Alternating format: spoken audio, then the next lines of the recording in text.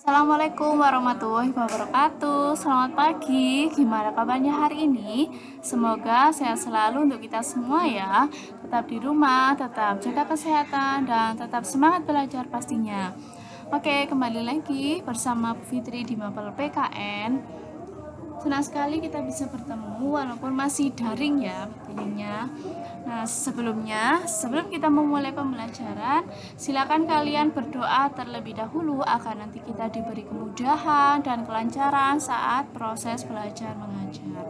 Setelah kalian berdoa, kalian bisa menyiapkan buku-buku pembelajaran untuk hari ini. Silakan kalian bisa persiapkan buku LKS, buku tulis, dan buku paketnya.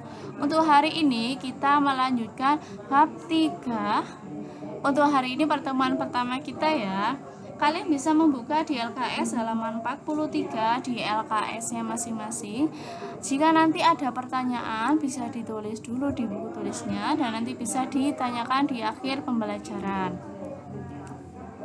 Yang kita bahas di bab 3 pertemuan pertama ini nanti adalah tentang daerah dalam kerangka Negara Kesatuan Republik Indonesia.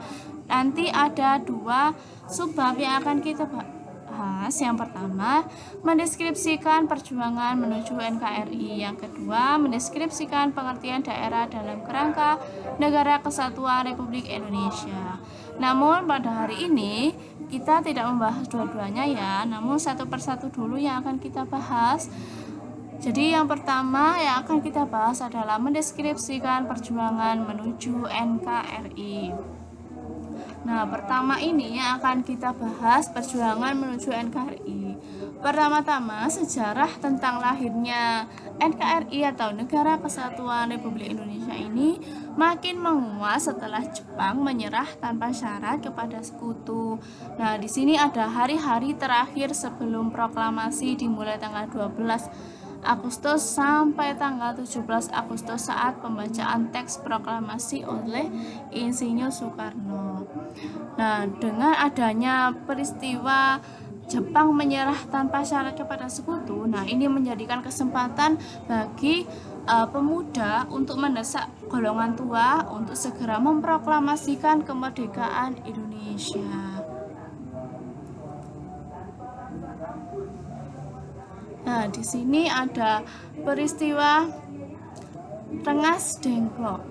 Nah, diawali dengan jalan satu-satunya untuk memproklamasikan kemerdekaan Indonesia ini, maka tekad para pemuda tersebut akhirnya mendorong terjadinya peristiwa Rengas Dengklok, yaitu penculikan Insinyur Soekarno. Nah, di sini ada fakta peristiwa. Di antara pemuda yang menculik Soekarno-Hatta adalah Soekarni, Wikana, Aidit, dan Khairul Saleh. Ahmad Subarjo diutus dengan golongan tua untuk berunding dengan mereka. Nah, jadi mereka itu diasingkan, diculik di suatu tempat untuk merumuskan proklamasi dan disesak oleh golongan muda untuk segera membacakan proklamasi kemerdekaan Indonesia. Nah, pada saat itu golongan pemuda dengan semangat bergerak mendesak golongan tua untuk secepatnya memproklamasikan kemerdekaan Indonesia. Nah, setelah berdebat panjang antara para pemuda dan akhirnya disanggupi oleh Insinyur Soekarno yang akan memproklamasikan kemerdekaan. Nah, selanjutnya ini penyusunan teks proklamasi. Nah, meskipun tidak mendapatkan persetujuan dari Jepang, Insinyur Soekarno dan Muhammad Hatta segera merumuskan teks proklamasi dengan tulisan tangan sendiri.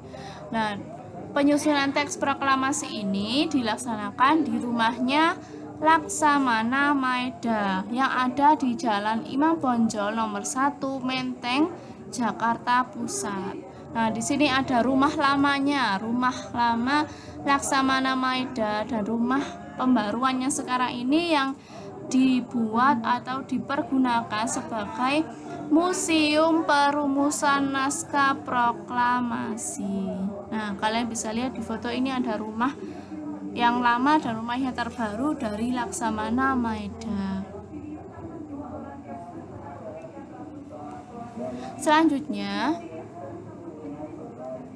Selanjutnya ini merupakan teks proklamasi. Teks proklamasi yang ditulis sendiri dan ditandatangani oleh Insinyur Soekarno dan Drs. Muhammad Hatta. Nah, di sini ada tulisan tangan Insinyur Soekarno, dan setelah teks proklamasi ini disempurnakan dan disetujui, maka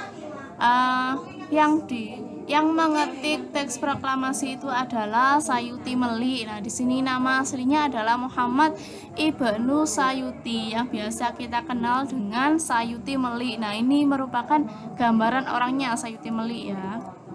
Nah, selanjutnya setelah teks proklamasi itu diketik, maka dibacakan teks proklamasi pada tanggal 17 Agustus 1945 pada hari Jumat pada pukul 10 WIB, yang dibacakan di depan rumah Insinyur Soekarno yang ada di Jalan Pegangsaan Timur nomor 56 Jakarta, dan didampingi oleh Muhammad Hatta, dan disaksikan kurang lebih 1.000 orang yang menyaksikan.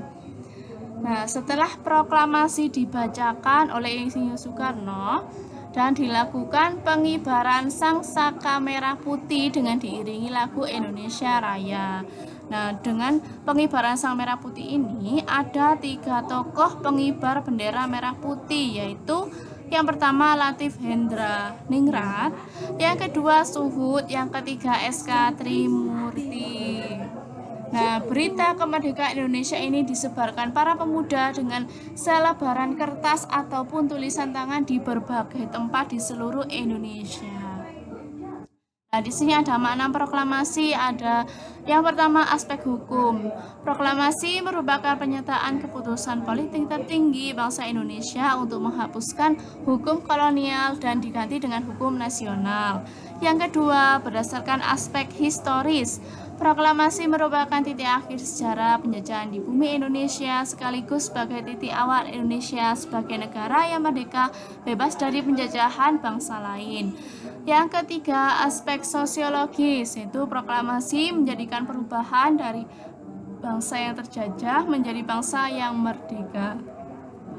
Selanjutnya, ada dari aspek kultural, yaitu proklamasi membangun peradaban baru dari bangsa yang digolongkan pribumi menjadi bangsa yang mengakui persamaan harkat, derajat, dan martabat manusia yang sama.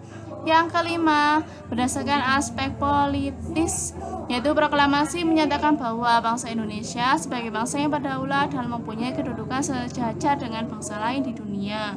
Yang keenam, berdasarkan aspek spiritual, yaitu proklamasi yang diperoleh merupakan berkat rahmat Tuhan Yang Maha Esa yang meridhoi perjuangan Indonesia melawan penjajah.